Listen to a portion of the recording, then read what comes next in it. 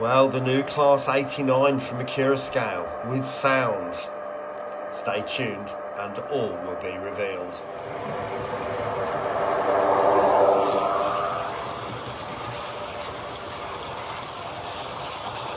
Now, I just want to show you this before we open the box. Not going to dwell, but the box has been dented. That was done by the courier. I know that for a fact because I have a box outside where I put things under it, and he put this under the box and forced the plastic box on top, and that's what's done that. But anyway, let's get ourselves into this package. I'm only doing this so if there is an issue with damage, then you'll be able to see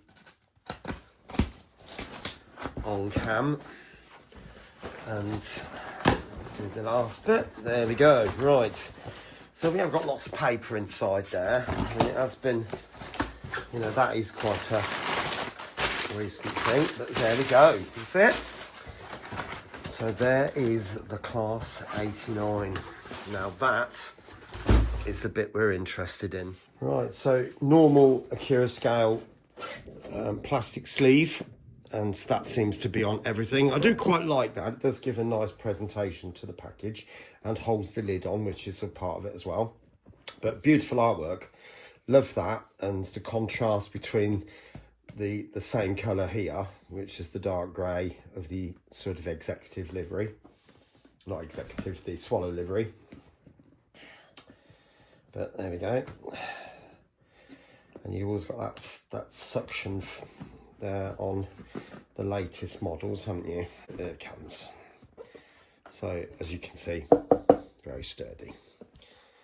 Now inside here then, so obviously we've got the owner's manual, as they've done many times before. Very similar type of thing. This one does look a little bit more newer in presentation, with slightly worn effects, whereas previous versions had the tea stains printed in them. I do quite like it. It's sort of matches the 89.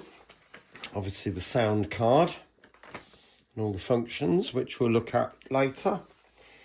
Oh yeah, right, so this is one of these cards that you cannot collect £200 or pass go, and if you do, you must go straight to jail type card. Monopoly reference there. But anyway, but on the other side, it does actually give you some quite relevant information. Now, for those who've got the DCC ready version, in other words, you use it with the DC controller, the pantograph obviously isn't connected electrically, so you can put it up and put it down, as you can read through there yourself. It's just held in with a small clip, so which you push down and gently relock it after that. However, the DCC version, sound fitted, the pantograph goes up automatically when F1 is pressed and F1 is deployed or sort of deactivated. The pantograph will go down. However, if you don't want it to run with the pantograph up, F27 must be pressed first, and that will lock down the pantograph. So obviously it will be, I have to see about clearances on the layout, particularly as it's come down from the first incline. It goes around that curve at the end, and there's a little tunnel bit. I have to check clearances there. Little brochure. So that's obviously the user manual type thing, and the parts. Oh, and I'm glad it is a little detailed diagram how to fit all of this if it's not already done. And the body is just clipped on should we want to fit drivers, and so on and so on. Doesn't say anything about the pantograph though, does it? But that might be all part of the shell, but we'll see. But now the bit we're waiting for then. So the bit of foam, and there it is. Very nice. So let's lift it out. Interesting, they've used polystyrene on this occasion as opposed to the black foam, which they have done, particularly on the 60. There was black foam inserts. Take this out. So obviously that more polystyrene. Let's put that into the box. The bit at the bottom. Ah, Interesting. Oh, that must have come from just inside there. So we'll take those two foam pieces out. I wonder if that's a cost thing to use the polystyrene. Well, the foam probably is a little bit more expensive, isn't it? But as you can see there, nice clamshell and the usual piece of, I'm not sure what you call that. It's sort of cellophane-y type stuff, but it feels quite waxy. It's been used for years. It doesn't seem to mark the paintwork. And for the very first time, take that off.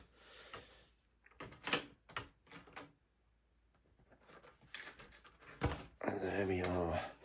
Do you know, this feels actually quite heavy as well. I mean, I don't think it's going to be as heavy as the 60. And for those of you who are interested in the weight, 564 grams. There's still going to be quite a lot of pulling power in that. And although I'm going to swap these couplings out, they are quite close to the buffers. I don't know whether you can see that there. If you look at the line of that compared to the edge of the buffers, that's going to be quite a close couple. So, you know. But anyway, let's get it on the turntable and see what we can see. Right, so let's have a closer look, shall we? Now, even though they're quite slab-fronted, aren't they, on this with the slope and all the rest of it, if we look into the detail, you can actually see there are some very, very fine parts in there which are just needing to be pointed out. Now, I sometimes think that these are like the electric version of the HST, if you like, in the sense that if you look above that section just there, that is very HST. And you could just imagine the nose sort of coming back, and you have the bottom slope as well. But obviously they decided to do something ever so slightly different. But if you look here, obviously there's the pipes there. I don't know what sort of pipes they are. I'm not really that bothered, but the lights inside there, and if you can catch the light on that, every one of those is angled so they're facing forward, and I've got that beautiful step effect. And then you've got, I think this is called the rubbing board. I think, I might be wrong, but that is actually painted a grey and a black. Now I'm looking at that windscreen wiper. I mean, that is barely a hair's breadth, to be honest, you know, and that is incredibly fine. And the housing that goes around here, excuse the large pencil in comparison, but the handrails are moulded in, sort of separately fitted, but they're not got gaping holes either end, which you do find sometimes on models. Hopefully you can see in there very, very carefully. You can see a set of shelves in the background just to the left there. Look at that. And you know, as like I said, unless you're looking slightly upward inside there, you would not see that. And you can make out there are some very, very nice, there's a doorway just there as you'd expect, the poster on the wall. And I bet if I was to zoom in on that, that would look fairly close to the original. And just going around the corner there. Well, I've put a lamp just the other side of this to shine inside there, but look at that. Black dashboard with the dials inside there. And the seats, they're not just moulded pieces of plastic, they look separately fitted and actually according to the shape of the seats as they actually would be. So that is a joy to see. If we just have a look at the sides, and there is a beautiful representation of the body side just there. Paint finish is absolutely flawless. When you look carefully, if I just zoom you in, there's a builder's plate there. Can't go any further than that, but I mean, I can't quite read it, but it does look very convincing. The Intercity Swallow logo and the branding, very nicely done in silver as it was. And yes, I remember the familiar swallow there with the lines through the middle, very, very nicely done. And the colours look absolutely fantastic as well. Now, if I just look at the bogie, Now, there are two versions of this, and you probably think, well, what's the difference? Well, it basically comes down to the axle boxes being painted yellow and the springs were painted in the original version, whereas in today's version they're just left black. Now onto the roof. So obviously it's quite bland from this end as per the real thing, and just got this vent just there, and it does look like those panels would actually lift off on the real thing. Now, as to my knowledge, there is no accessible hatch on the model like there is on the Delta, the 37s, certainly the 60. Obviously they would have their reasons for doing it, but the big thing that I want to look at here is obviously the pantograph. Now, so obviously the majority of that is made of plastic, and the head, or collector head, pan head, has been made out of metal. So that, I believe, goes up electronically with the DCC, and we'll look at that in a bit. But again, very nicely done. And you can actually just see very, very fine pipe work running around the back there. Well, you can make that out. The underside of the locomotive now is quite functional. There's not necessarily anything that you wouldn't expect to see. The blanking plates are just fairly basic, but as it's down on the track, why wouldn't it be? You don't need it to be anything hugely detailed. Obviously the Accurascale logo just there, and then obviously the couplings. Now it does have sprung couplings there for those who are interested, and also the kinematic coupling there with a tension hook, which would come out. Here we are then on the layout. So we are on the middle section. As you can see, the old station's just there. This is sector 2. And just so that you're aware, I've turned off sector 1. So you can see there is literally no light there. Whereas if I put power there, you can see. And that's because I've connected the Z21 directly to this board, and those are electrically isolated. Same at the other end. And you might be able to make out the chop block just there has been broken, and all the other parts of the layout down the bottom here, down this area here, so the ramp, the fiddle yard and the traverser, they have all been switched off. Now, so I can sensibly use this as my programming track, no problem. Daytime running lights, so that would obviously be number 1 there. And you can see if I switch ends, hopefully we should end up with red. I don't know whether you can make that out there. They're not massively bright, they are quite dim, but you know. Anyway, then let's go to drive, which is sound.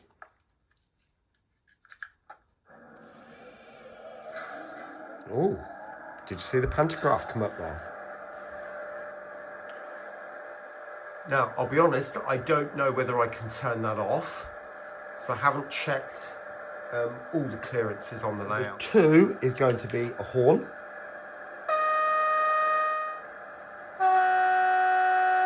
I'm not going to hold that on for long. And then we have got number 4, which is buffering up. Okay, quite obvious there. Number 5 is obviously a brake function, which I can't show you now. Number 6, door slam. Straightforward. Number 7, compressor. Yep, okay, fair enough. Number 8 is a curve squeal. I don't know whether I can show you that. No, I think that happens automatically, doesn't it? Guard to driver, beep and optional reply. Dispatch whistle. Dynamic brake. I don't know whether that's anything to do with the standard braking function, or whether it would stop the locomotive any quicker. I don't know, but let's go to page 2 on the Z21. So number 12, Sanders. Okay, 13, which is traction motor blow off and on.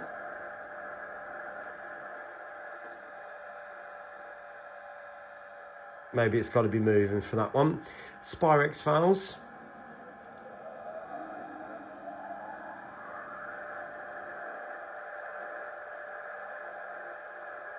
Actually, that sounded a bit like the previous one, didn't it?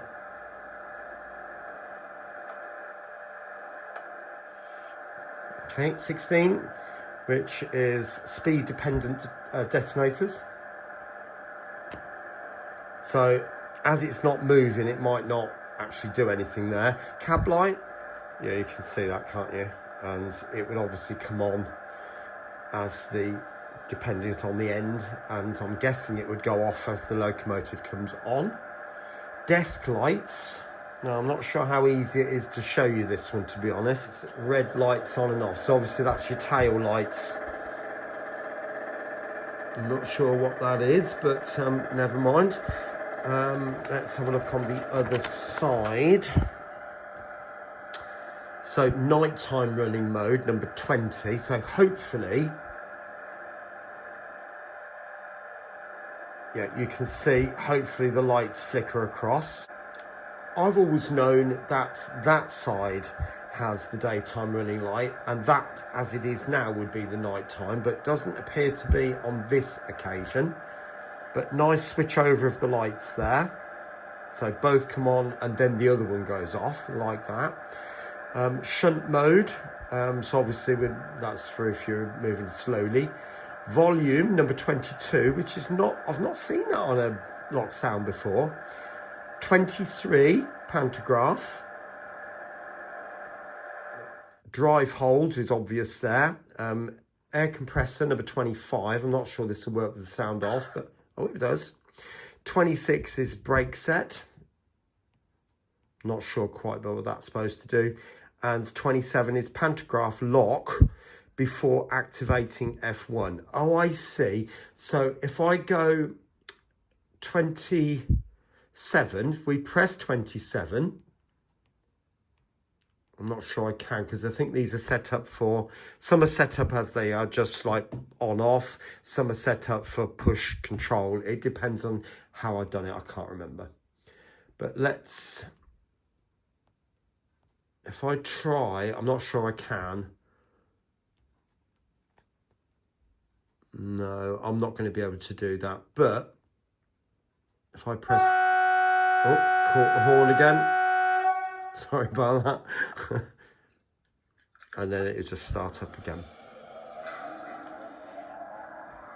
Now, I'll just run it up and down. Obviously, I can only go as far as about here. And then we'll connect the layout back up and we'll have it running round. I know it's not prototypical, but I've got the teaks ready. I've only got 2 sets of coaches, so you just have to bear with me. It's going to take a long time to build up coaches and rolling stock, but never mind. So, right, we'll just go to the end. Oh, we've got that nice rumble.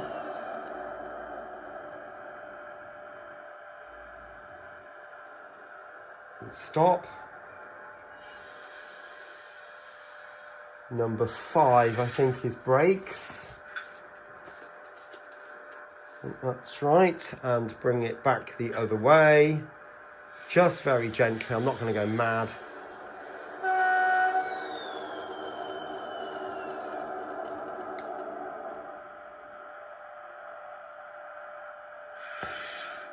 Right, I think the next job then was obviously to get it running, and I'll be moving those teaks out of the way so it can literally just run around the whole layout for half an hour each way.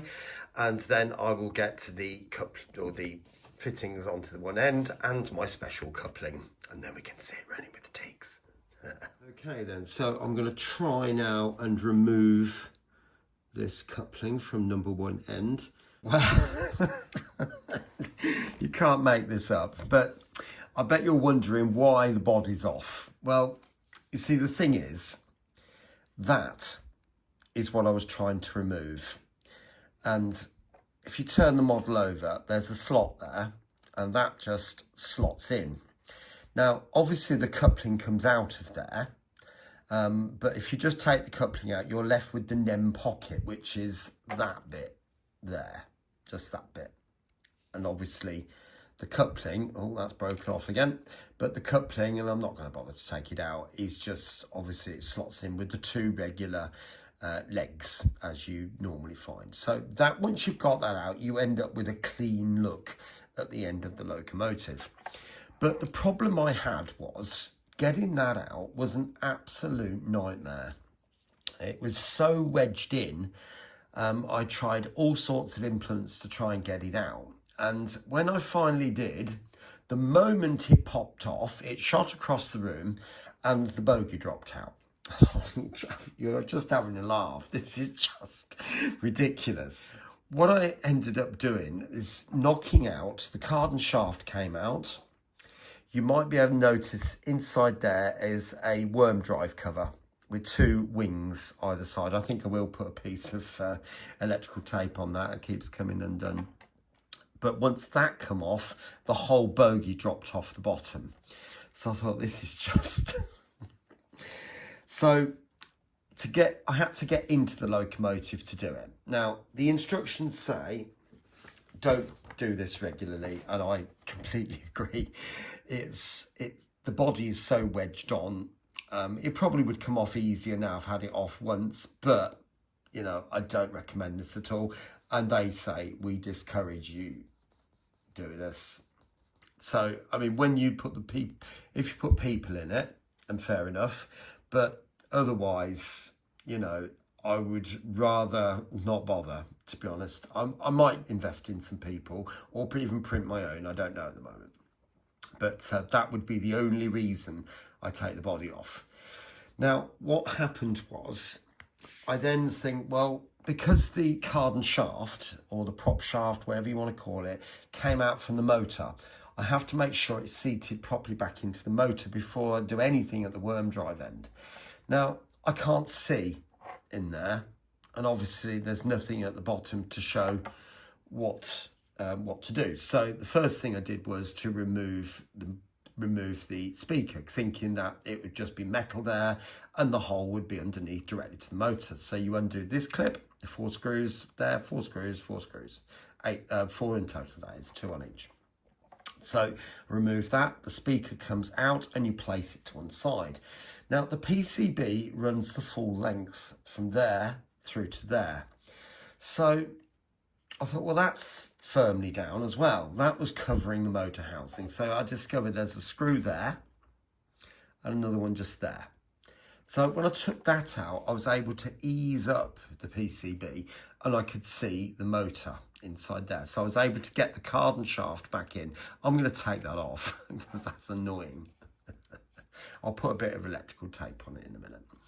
So I managed to get the card and shaft back into the motor, and it's literally just like the clamshell type affair, just the normal stuff. And then you've got the pin that you have to line up with all of that. Once I've done that, on the bottom here, there is a little pin sticking out and a hole in the bogie, and you have to line those up so that the bogie turns on a pivot. And if you notice, it's doing that. When I did it originally, it was literally just wobbling about all over the place, so that wouldn't have worked. Once I realised that, and you always got the other bogie to check it with, once I'd done that, then the cover, the worm drive cover, went back on so easily. The wings, I don't know whether you can see, go inward on both ends, so they are facing inward like that. Once I got that back on, although I didn't say I'd taken the cab off, I did. There was a screw there and there's another one on the other side. I was able to put this cab back on and get it all up and running again. Now, I have tested it and everything works exactly as it should, so there is no issues whatsoever at the moment, apart from that piece of tape. Right then, so I've got the 2 bags of detailing parts here. So obviously they're the vacuum pipes, brake pipes. There's some couplings in there and all sorts of bits and bobs to go on varying parts of the loco. And also the nameplates. Hopefully you can make those out in there. It's not easy to see, but avocet is a type of water bird with the beak that's scooped up slightly so that it can scoop up any fish or anything that it wants to eat. And the little square name or plate there is the RSPB. these are the nameplates, so I'm going to stick those on. Now, I don't know whether you can make it out. I've got some super glue just there, which I'm not going to be using for nameplates, and that's PVA. Now, I'm literally just going to take a little blob of PVA and just put it over the edge like that. Okay. So I've got a little dab on my finger, and I'm literally just going to touch the back and wipe off as much as I can. So there's hardly any on there at all. I'm literally just going to turn it over. Which way round is it going to be? And it's going to go that way. There is a tiny little bit of excess. Now, I'm really not going to worry about that because this is PVA. And once that's dried and gone off, I can literally just run down the side of there with something gentle, piece of plastic or something, and that will just come off. So I'm not going to worry about that in the slightest, but it just goes to show how little you actually need. Okay, next thing I'm going to do is to try and replicate these oil smudges or grease on the buffer beams, on the buffers. Okay, so now to do this, I've got a 000 brush. And I mean, not that it matters too much, to be honest with you, but I'm using some of that. But, you know, any dark grey will do the job, to be honest with you, of course. So there's a little, and I'm literally just going to dab it on. Like that. And then we come in a bit. I'm literally just copying what I see on that photograph. Hopefully you can see that if I bring it over a little bit more. And then we come down a little bit. There's like a little bit sticking out down like that. That bit that's there. And then it comes round. Again, just dabbing it on like that. And then we come across, dabbing. All dabbing, because if you notice it's not solid like that. And then once we've got that, then we've got this little bit comes at the top, kind of like that, and then out to the side.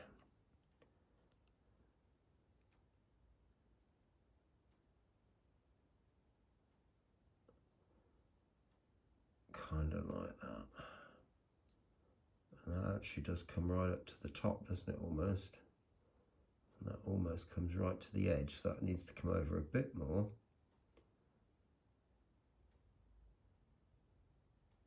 A little bit more like that. And I think at the end of the day, like I said, it doesn't matter too much if it's not exact. So I am now going to work my way around the whole of the locomotive. On the Key Model World Live page, there is a photograph from the other end.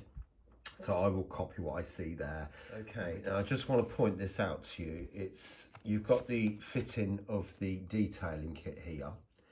And it says at the bottom, for full instructions on how to fit the buffer beam detailing parts, visit our website at that part there. Or use the QR code at the top, which is obviously that. Now that takes you to hopefully you can see this,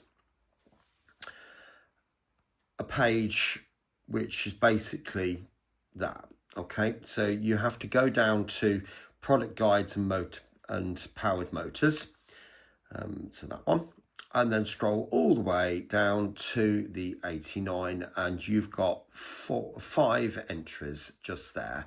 And then, oh no, 6 and the blanking plate one there.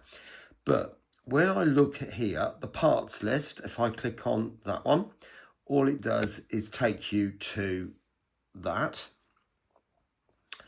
And when you go through each of these in turn, all it's doing is reminding you of what's already on that. Okay, so it's good if you've lost that instruction there, but you know, I'm clicking on each one in for you so you can see. And there's the pantograph one, and the decoder and blanking plates fittings just there. As a sound fitted model, you don't need to touch that, but you can see it's actually nothing to do with the buffer beam. So all the information I'm going to need is just on that sheet just there. So I'm just going to look at what parts I've got and try and identify which bits go where by looking at what I've got here and looking at what's on there. Right, I do hope you can see this, but I've got the coupling hook just there, and you'll notice there are two little pins either side of it. Now those somehow go into those two little holes either there, but the gap between those two prongs is not big enough. So I'm trying to sort of bend them out gently and sort of put that in, and hopefully can I get it to go in, because I imagine it's not a glued item and you can put it up and put it down. There we go. Blimey, that was tight. So that is now in and allowed to move. Yeah. Okay, then that's the number one end done. Nameplates, so you can see how clean they've come out. That's beautiful. And I normally do detail up the second end as well, and with the buffer beam, and we'll see how much space we actually need, and either snip some of these parts or actually remove them depending on how big they are, whatever.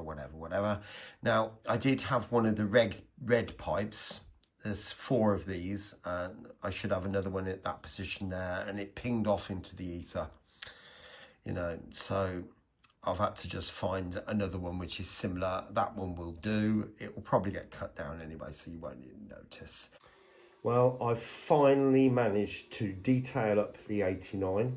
As you can see, I've painted the buffers both ends. I've got the, I fitted a crew. I had a set for a class 37 and a class 66, and I've taken one for each because they kind of fitted. A little bit of fettling, and then I put the others in the 60. So the locomotives I actually bought them for still didn't get used, but never mind, it's there.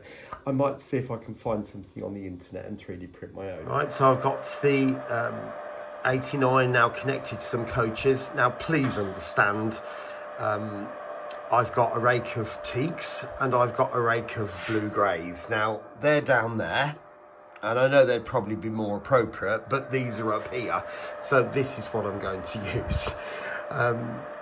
You know, so eventually I will get some executive coaches. I've got one Mark III up there, but it needs converting. It's an old Lemur one with a big D coupling, so that will sort out eventually. But anyway, let's see it running, shall we?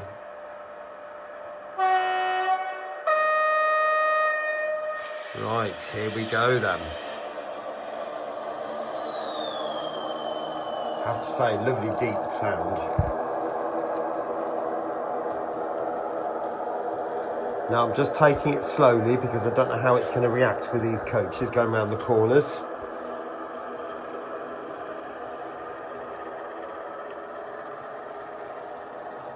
Remember, this is a layout in progress, so there's other bits around, i.e. the drill.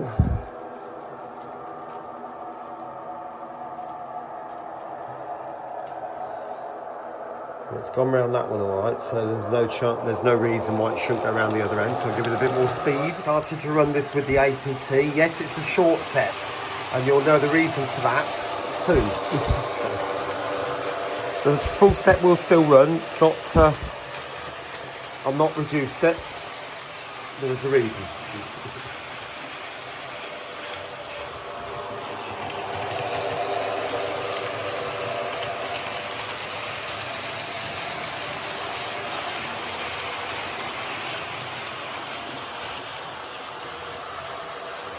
Right, let's bring it to a stop, shall we?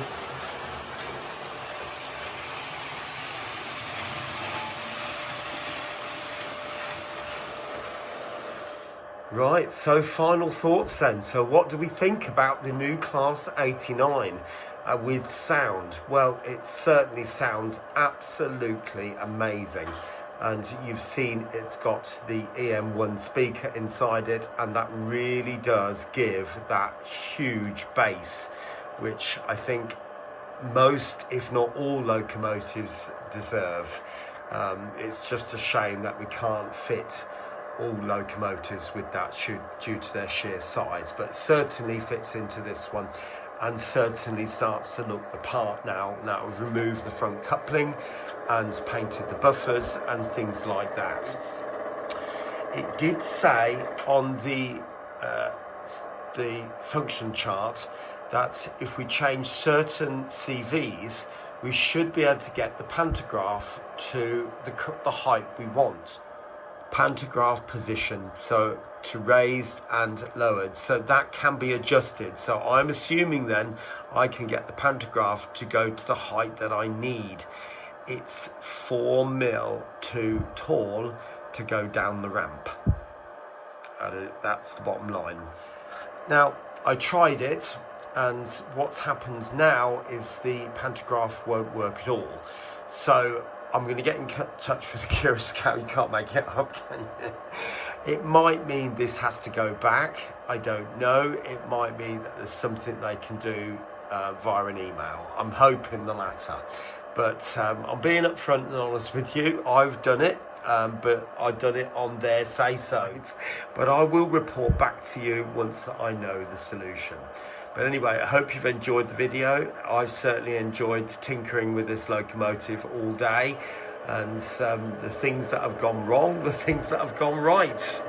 But nevertheless, it's certainly a welcome addition to the layout, and especially when I get some more appropriate coaches. Take care of yourself, and I'll see you again very, very soon here on Piccadilly Eastway. Take care now. Bye.